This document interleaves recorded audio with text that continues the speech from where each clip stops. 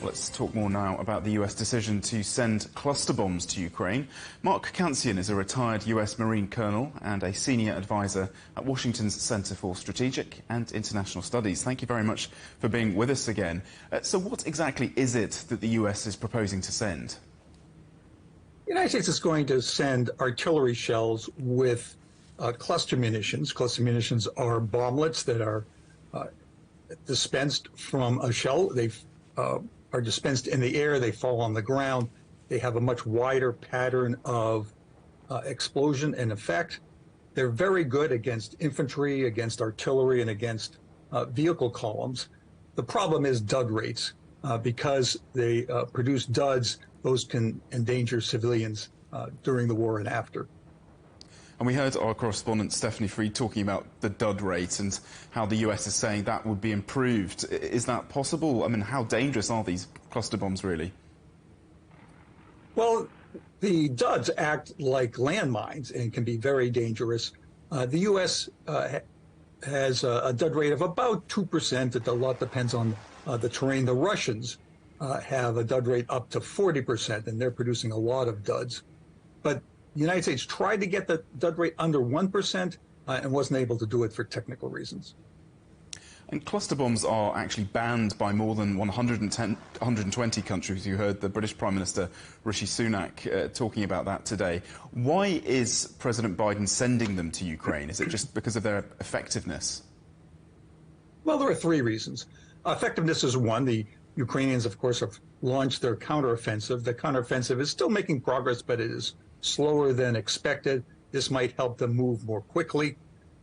But also, the United States has made the point that the Ukrainians have asked for these, and they've been expressed their willingness to use these munitions on their own territory to defend their own people. They've weighed the risks. And it would be presumptuous of the United States to say that it knows better what's good for the Ukrainian people than their elected representatives. There's also a political element, that is that pressure from both Zelensky and the Ukrainians and from the U.S. Congress has pushed the administration to provide the weapons. And so what are your thoughts on the timing of this? Is it because of this rising pressure? And could this really change the dynamics of the conflict?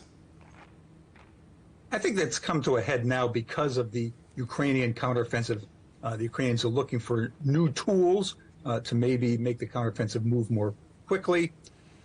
The cluster munitions are very effective for certain kinds of targets. They will help the Ukrainian military. They are not a game changer. There's no such thing as a game changer. There's no weapon or munition we give the Ukrainians that will produce victory.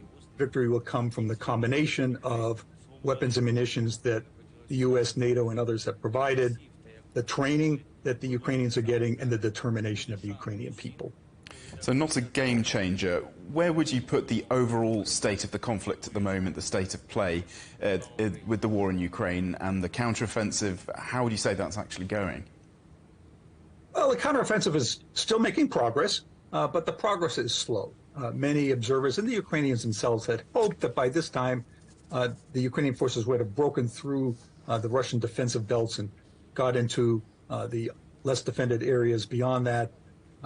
The Ukrainian offensive has not culminated, to use a U.S. military term, that is, it has not run out of steam. It's still going forward, but the progress has not been as great as hoped. And what do you think the Russians would make of this introduction of the cluster munitions? Do you think they'd be very worried about this?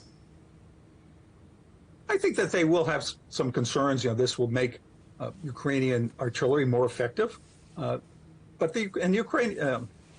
the Russians will complain publicly about the U.S. introducing immoral munitions. The Russians are using them very extensively. They have no position to criticize the United States. Mark Cancian, as ever, great to get your thoughts. Thank you so much.